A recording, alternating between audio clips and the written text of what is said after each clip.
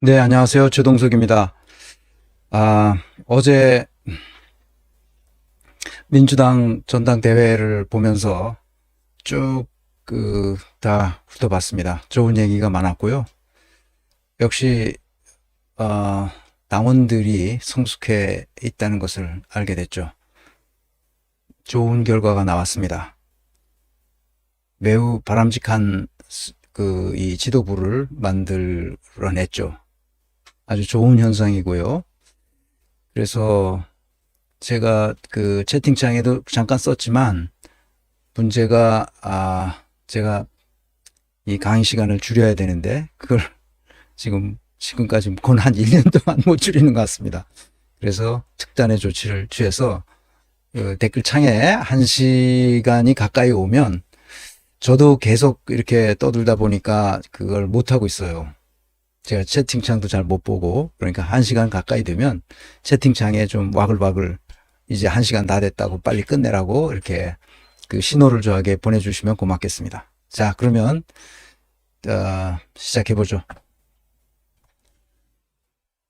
이재명 당대표가 85.40%니까 이게 전무후무한 지지율이죠. 이건 뭐 다시는 이런 지지율이 당대표 선거에서 나올 수 있을까? 85.40, 77.77%보다도 훨씬 높아졌습니다. 이게 엄청난 거죠. 왜 이런 현상이 나왔는지 이제 차차 뭐 시간이 되는 대로 말씀을 드리겠습니다. 김민석 수석 최고가 됐고, 이제 김민석을 포함한 5명의 그 선출된 그 최고위원들이 앞으로, 그러니까 그 당 지도부를 형성하는 그 사람들이 회사로 말하면 이사회예요. 이사회. 주주총회가 있고 주주총회에서 이사들이 다 이렇게 결정되면 그거 이제 이사들이 경영 의사 결정을 다 하죠. 거기에서 다 토론을 해서 이렇게 하자. 그리고 이렇게 하면 되는 거죠. 그러니까 이재명은 회사로 말하면 대표이사가 되는 거고, 김민석 이하 5명은 다 이사가 되는 거예요. 우리나라에서는 그 미국식 사회이사 제도를 들여와가지고 그게 별로 잘 작동하지 않습니다. 저도 6년간 그 금융기관의 사회이사를 했었는데 그 사회이사를 해보니까 이 제도가 우리나라에 와서 이게 잘못되고 있구나. 그래서 이 제도를 독일식으로 이 이사회를 구성하고 그 이사회를 감독하는 감독이사회를 따로 두거나, 자꾸 노동이사제가 뭐 있다고 얘기하는 사람들이 있는데 그건 독일 시스템을 잘 몰라서 그래요. 독일은 노동이사제가 따로 있는 게 아니고 그 감독위원회가 노동자들이 50%, 그 그러니까 주주들이 선발한 주주편으로 50%, 그러니까 노동자 편으로 50%. 그래서 50대 50의 감독이사회에 의해서 이사회를 감독하도록 그렇게 돼 있어요. 그러니까 노동이사가 따로 뭐 이사회에 들어가거나 뭐 그러는 제도는 아닙니다. 잘못 알고 자꾸 노동이사를 거기다 집어넣어야 된다 그러는데, 사회이사 제도도 잘못되어 있고 노동이사 제도도 잘못되어 있고, 이 설계 자체가 그 조직론을 잘 이해 못해서 그런 일들이 자꾸 나옵니다. 또 쓸데없는 얘기를 갔는데 갑시다. 민주당을 건강한 민주주의 정당으로 만들자는 것은 제가 오래전서부터 주장해 온 거고, 이 강의를 시작하면서부터 계속됐는데 2년 만에 이제 건강한 민주주의 정당으로 만들려는 이게 스타트에 섰다, 이제 출발선에 섰다, 이렇게 볼 수 있습니다. 그동안 왜 못했느냐? 친문 세력 때문에 그래서 문재인과 친문 세력들, 얘네들이 아주 휘방을 놓았기 때문에 지금까지. 그래서 얘네들을 내가 지금까지 강의하면서 그 아주 철천지 원수 같은 놈들이야. 이게 문재인과 이낙연을 포함한 그 친문 핵심 세력들이 결국은 나라를 이렇게 만들었다, 이렇게 저는 봅니다. 인과관계가 분명하기 때문에 그렇습니다. 그래서 당 대표를 중심으로 최고위원들이 선출됐고, 또 지명직이 몇 명 더 있으니까 지명직이 정리되면 이제 진영이 갖춰지는 거죠. 갖춰졌을 때 더 일 잘하도록 해야 할 필요가 있습니다. 제가 그 페이스북에도 썼지만 관존민비 사상이 민존관비 사상으로 빨리 바뀌어야 된다. 그래서 고위 공직자들에 대해서는 우리 주인 된 국민 한 사람 한 사람이 그놈 정신을 가져야 된다. 그놈이라고 불러도 된다. 그런 얘기입니다. 그래서 그냥 그놈이라고 부르면 돼요. 이재명 그놈이 말이야 일을 시켰더니 곧잘 하대 이렇게 말할 수 있어요. 윤석열 이 녀석 일을 시켰더니 엉망진창의 나라를 일본 식민지로 만들어 버리려고 그러고 있어. 이런 정신 나간 놈을 우리가 가만둬서 되겠어? 이렇게 말할 수 있어요. 20대 청년들도 주인으로서 그렇게 말할 수 있어야 된다. 아시겠죠? 그러니까 그놈 정신이 어디서 출발하느냐? 주권자와 고위공직자. 중하위 공직자들은 힘들어요, 얘네들도. 그래서 걔네들은 우리가 잘 돌봐줘야 되는 애들이고, 고위공직자 얘네들은 그 엄청난 그 세금을 쓰면서 그 권력을 거기다 집어줬단 말이야. 엄청난 권한이 가지고 있는 애들이 제대로 일을 안 하고 자기 이속을 위해서 일한단 말이야. 이런 놈들을 가만두면 안 된다는 거지. 그러니까 주권자와 고위공직자, 여기에는 어떤 문제가 생기냐면 경영학이나 경제학에서 굉장히 중요한 이론인데 주인 대리인 문제가 생겨요. 대리인 문제. Principal Agency Problem이라고 해야 돼. 그 에이전시가 대리인이잖아. 그 대리인 문제가 반드시 발생하거든. 그래서 주권자의 역할이 굉장히 중요해요. 주권자의 역할이. 그래서 요번에 이 정봉주가 낙마한 것은 주권자가 주권자로서의 자신의 권리를, 자신이 가지고 있는 권력을 행사해서 이 안 되겠다는 놈을 떨궈버린 거예요. 그거 굉장히 잘한 거죠. 그러니까 주인과 머슴의 사이라는 것을 알고 정신 바싹 차려야 됩니다. 주인이 머슴이 일 잘하는지 못하는지를 늘 감독하고 머슴이 일을 어떻게 해야 하는지, 어떻게 한 것이 잘한 것이고 어떻게 하는 것이 잘못한 것인지를 늘 예의주시해야 돼요. 그렇지 않으면 이 머슴들에게 다 속아. 그런 문제야. 머슴이라는 게 뭡니까? 그냥 일꾼이야, 일꾼. 심부름꾼이야. 주인이 시키는 심부름을 잘해야 돼, 이놈들이. 자, 그거야. 이재명, 이놈들, 이 김민석, 전현희, 한준호, 김병주, 이현주, 이놈들이 일을 잘하도록 주인이 뭘 알아야 돼. 알아야 시켜먹지. 모르면 머슴 이놈들이 다 해먹는다고. 뭐야? 응? 지난 20년을 생각해봐. 이런 놈들이 와가지고 다 주인 몰래 뭐 다 헤쳐먹었잖아. 이명박서부터 시작해가지고 윤석열까지 지금 다 헤쳐먹고 있는 거야 지금. 그러니 나라 재정이 100조가 지금 빵꾸가 났네. 100조가. 이게 다 어디 갔어 이게. 정신 바짝 차려야 됩니다. 그래서 또 배워서 남주자. 네, 제 생각이 그렇습니다. 배우는 것은 남 주려고 배우는 겁니다. 누굴 주느냐? 머슴들한테 주는 거야. 주인이 배워서 머슴들을 가르쳐서 머슴들에게 일하도록 하는 거야. 아니 주인이 머슴처럼 일할 수는 없잖아. 그러니까 주인은 주인으로서의 권위와 주인으로서의 고결함을 가지고 머슴 이놈들을 다 시켜먹자. 그런 얘기입니다. 우리가 조선시대의 4대 부들에게 짓눌려서 이 서민들이 살아왔던 이것을 완전히 뒤집어야 된다는 거야. 그 혁명이지. 이게 뒤집어지는 게 혁명이잖아. 그러니까 혁명적인 이 촛불혁명을 통해서 완전히 기득권층을 까내리고 이 새로운 세상을 만들 수 있도록 했어야 되는데 문재인이 그걸 안 하고 국민들을 감옥에 다 집어쳐놓고 통제 불능한 상태에 집어쳐놓고 자기만 쏙 빠진. 와, 이런. 그런 사람을 아직도 뭐라 그래? 무슨 성군인 줄 알고 아직도 문재인에 대해서 아무 소리도 못하는 놈들이 있어. 이 대형 유튜버들. 이런 놈들을 가만두면 안 돼요. 다 똑같은 놈들이야, 이게. 스팀 10번째 슈퍼, 배우소 남주자님. 네.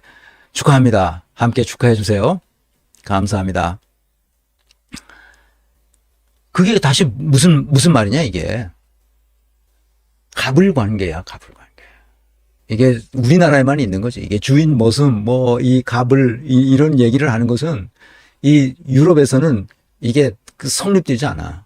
특히 게르만 모형을 쓰는 그 주변 국가들 있잖아. 그렇게 다 따지면은, 벨기에까지 따지면 한 7, 8나라가 되잖아요. 그 7, 8, 18, 9나라인가? 7, 8나라가 되죠. 그 나라들에는 이런 말을 하면 굉장히 우습게 여겨. 이게 무슨 말이지? 왜 가불이 있어? 주인 머슴은 또 뭐야? 이렇게 생각하는데, 그 나라들은 다 이미 그 정신세계가 다 똑같다. 그러니까 누가 누구를 지배하거나, 누가 누구를 통제하거나, 누가 누구의 피를 빨아먹거나 이런 일이 없단 말이에요. 그러니까 이런 말이 안 통하는데, 우리는 지금도 아직도 적국적인 흡혈귀들이 불로소득으로 아무것도 안 하면서 피 빨아먹는 놈들이 있단 말이에요. 그거를 바로 잡아야 되는 거죠. 그거를. 그래서 갑을 관계가 굉장히 중요해요. 갑이 똑똑해야 을이 제대로 일합니다. 내가 페이스북에 썼지만 나는 평생 을의 입장에서 일했잖아. 컨설팅 하는 것도. 한국은행에서야 뭐 직원이니까 항상 을의 입장이지. 위에서 시키는 대로 하는 거고. 그런 건데, 조직개혁 작업을 내가 3년이나 했지만, 그게 되겠어요? 내가 직원이 외부 사람도 아니고, 불철주야 노력을 했지만, 사실 잘 안 됐죠. 그래서 내가 밖에 나가서 해버리라. 그러고서는, 밖에 나가서 컨설팅 회사에서 했는데, 그것도 의리잖아, 다. 컨설팅 서비스를 수주 받아가지고 의뢰인의 그 기분에 좋게 만들어줘서 그걸 해야 된단 말이야. 왜냐면 회사가 운영되려면 돈을 벌어야 되니까. 그래서 많은 돈을 받고 컨설팅을 해주면 그거 해주는 대로 좀 잘 하면 되는데, 잘 하다가 맨 끝에 갑이 있잖아. 갑이 있어. 그 사람은 다 뭐야? 그 조직의 갑 중에 갑이니까. 내 컨설팅의 핵심 내용은 뭐냐? 갑 중에 갑들이 자신의 권력을 조금 내려놔야 된다는 거야. 내려놔야 다른 사람들하고 협력해서 합의를 갖출 거 아니야. 합의 체제를 갖춰야 의사결정 메커니즘이 가장 중요하다 했잖아요. 의사결정 메커니즘에 따라서 당신 하고 싶은 대로 꼴리는 대로 하지 말고 이런 의사결정 시스템을 만들어서 이렇게 해라. 내 컨설팅의 최종 버전이 바로 그거거든. 그게 되겠어? 안 되지. 조선시대부터 자기는 그 조직의 제왕처럼 군림해 왔던 사람들이기 때문에 이제부터 그렇게 하면 안 된다. 마지막에 이런 얘기를 하면 들어먹질 않지. 그러니까 갑이 이 세계가 어떻게 변하는지를 알아야 을이 가지고 있는 그 실력과 을이 가지고 있는 역량과 을이 가지고 있는 지식을 마음껏 빼먹을 수 있거든. 갑이 굉장히 중요해요. 갑이 어떤 상태에 있느냐에 따라서 을이 일을 잘하기도 하고 못하기도 해요. 그러니까 우리 시민들이 주인으로서 실력을 길러야 되는 거야.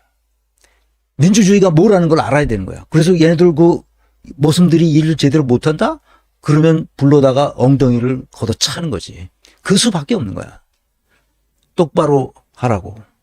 이제 그거를 계속 감독하고 못하는 놈들은 구두발로 엉덩이를 걷어차고 똑바로 하라고 그러고, 그래도 못하면 내쫓고 그렇게 하는 겁니다. 정봉주가 그래서 내쫓임을 당한 거예요, 지금. 그래서 자기가 뭘 잘못했는지 모르는 거야, 이놈이.